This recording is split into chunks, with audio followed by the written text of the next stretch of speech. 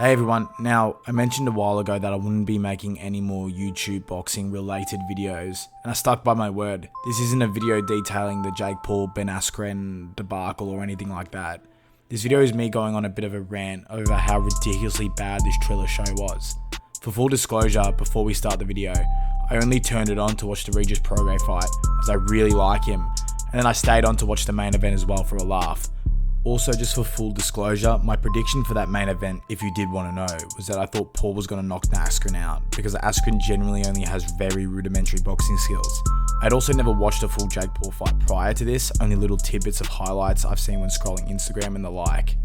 On top of that, I never watched the Tyson Jones fight either, as I didn't want to watch two old men have an exhibition fight, so this is my first ever show on Triller. Now that's out of the way, this Triller card was disgustingly bad, and I will start with the commentators.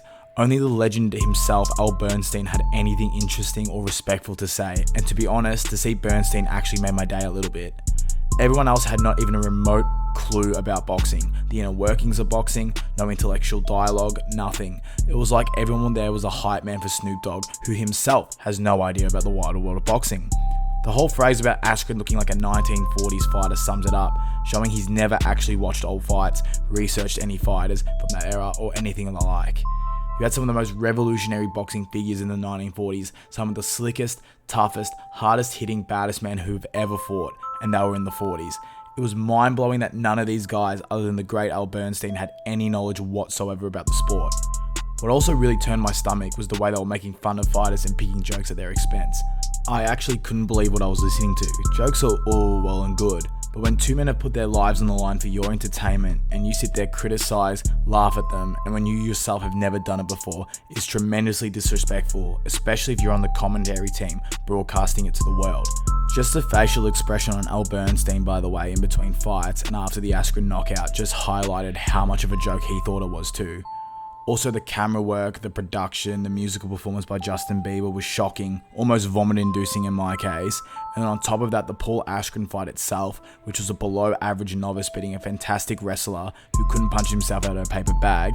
No disrespect to Askren, he's a great wrestler, but I think everybody can see he can't box. But this really all indicates an incredibly subpar event in every facet possible. Now for me personally, I think I'm going to try and steer clear from all future Triller shows, with maybe an exception to the Lopez versus Kambosos fight, because of the historical significance that fight holds. But even then, the co-main event is a really sad, elderly, punch-drunk Evander Holyfield fighting Kevin McBride, which I really don't want to see, especially after watching some of Holyfield's training videos, where in all honesty he looks really bad, if you want me to put it bluntly.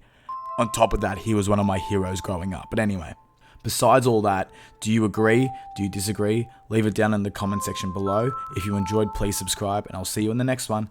Bye.